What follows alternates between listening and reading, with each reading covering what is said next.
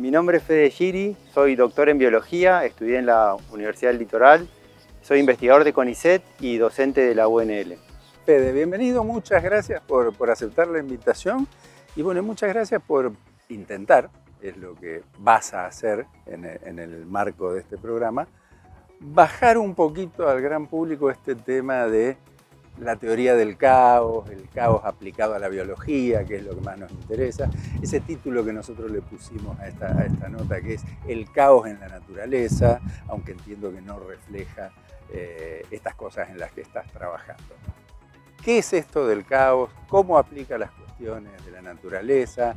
¿Cómo empezaste a trabajar con este tema? Arrancá por donde a vos te parezca. Bueno, la idea de caos, digamos, es una idea bastante controversial desde el punto de vista de cómo uno lo entiende en la investigación o cómo lo entendemos también coloquialmente o diariamente. Nosotros pensamos en el caos como algo totalmente desordenado, no predecible, que no hay patrones. Y esa sería una idea de caos, o digamos, una manera también de referirse es caos estocástico. Pero hay otra rama del caos que tiene que ver con el caos determinista. Caos estocástico sería caos al azar. Sería totalmente algo totalmente al azar. O sea, que no hay patrones ahí, que no se puede predecir casi hacia el futuro, casi nada. Y es bastante diferente a esta idea de caos determinista, que es la que trabajamos en ciencia, en la cual en realidad estoy empezando a trabajar. Digamos, una línea de trabajo bastante nueva para mí. Y a lo que refiere justamente es que hay algún tipo de patrones y se puede modelar. Digamos, un ejemplo para arrancar con algo más, digamos, más figurativo, un ejemplo clásico es el tiempo atmosférico es caótico, pero caótico en el sentido determinista. Por eso, digamos, no voy a defender a los meteorólogos, pero cuando nosotros vemos los pronósticos, el horizonte de predictibilidad de los sistemas caóticos deterministas es bastante cercano. O sea, entonces nosotros los pronósticos no son a más de 10 días y cuando más nos alejamos del presente, bueno, las probabilidades de que eso ocurra, digamos, van disminuyendo. Esto porque algo así como que puede pasar cualquier cosa dentro de lo caótico, pero lo que pasa es de alguna manera explicable o esperable dentro de determinados marcos. Sí, el sistema, hay algunas características del caos que capaz que aclaren un poco, porque los sistemas caóticos tienen una característica que son muy sensibles a las condiciones iniciales. Entonces, por ejemplo, el que descubrió esto fue Lorentz, que fue un meteorólogo en el 60, el 65, por ahí, y él acuñó después una frase que, digamos, que es bastante famosa, que dice: el aleteo de una mariposa en Tokio puede desencadenar un huracán en San Pablo o las ciudades que sean, no importa. ¿Eso qué quiere decir? Que cualquier pequeña variación que pueda haber, si hablamos del tiempo atmosférico, pero bueno, los sistemas caóticos deterministas también, puede desencadenar, digamos, un cambio muy grande en todo el sistema. Entonces, uno puede modelarlo y puede tener ciertas predicciones, pero cualquier, digamos, como no podemos conocer la condición inicial exacta del sistema, es imposible, bueno, cualquier cambio nos va a afectar enormemente el sistema y el sistema puede ir para cualquier lado, digamos. Dentro de ciertos márgenes, ¿no? De lo que puede pasar, si hablamos de tiempo atmosférico, bueno, de lo que puede pasar. Pero como sistemas caóticos, digamos, los latidos del corazón son caóticos. Bueno, un trabajo que hicimos recientemente en la dinámica del Paraná, tiene una dinámica caótica, o sea, el pulso, el nivel hidrométrico es caótico. Todo eso, digamos, la manera de trabajarlo es modelándolo matemáticamente, digamos. Bueno, hay un montón de ejemplos también, ¿no? ¿Qué se le dice a los que, me acuerdo cuando se empezó a hablar de esta teoría, decían, la teoría del caos llegó para intentar justificar todo lo que no podemos explicar? Claro, bueno, digamos, yo lo pensaría, digamos, al revés. En realidad la teoría del caos va a explicar, digamos, llega para explicar eso, pero no como algo, digamos, negativo, sino como algo obviamente positivo. De hecho, muchos autores hablan como de un cambio de paradigma en el sentido de teorías, y de que las teorías digamos, teoría del caos, teoría de sistemas complejos que están bastante asociadas, son como una nueva manera de leer la naturaleza, si querés, y de interpretarla y de poder generar explicaciones o predicciones. ¿Y cómo aplica esto puntualmente?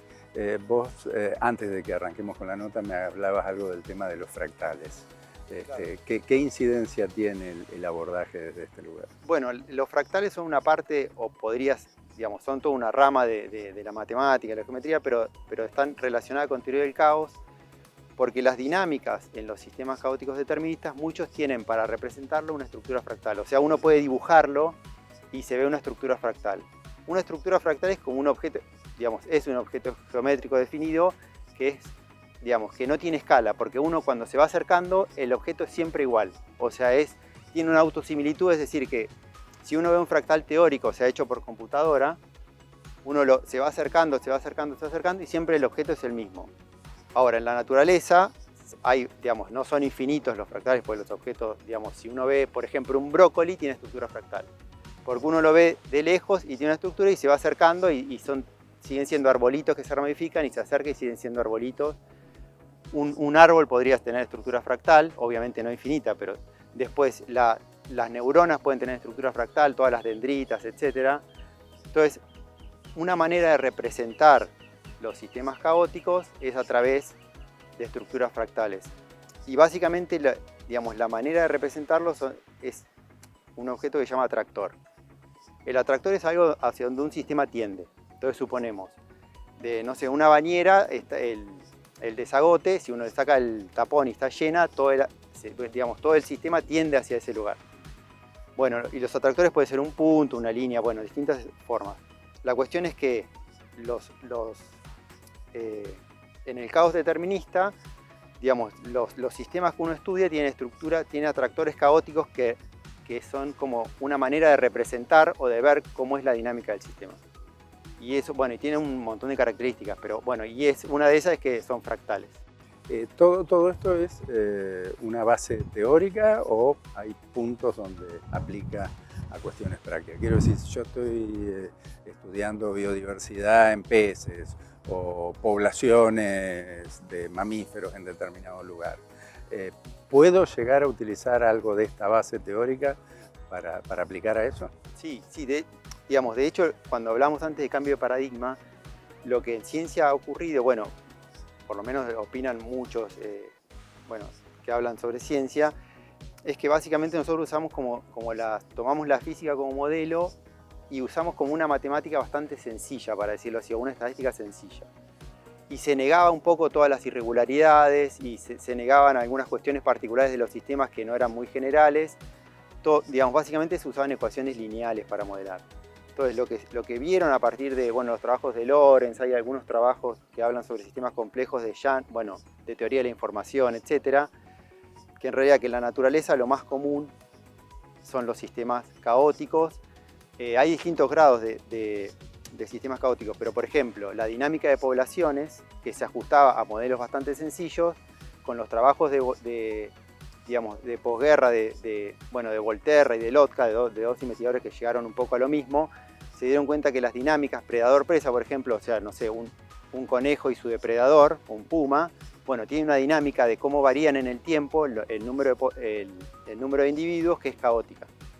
Entonces, digamos, se aplica para un montón de cuestiones, pero ese es como un ejemplo bastante clásico. Vamos a seguir viendo el caos no solo en nuestra vida cotidiana, sino también en la ciencia. Así que muchas gracias por participar. Gracias por la invitación, un placer.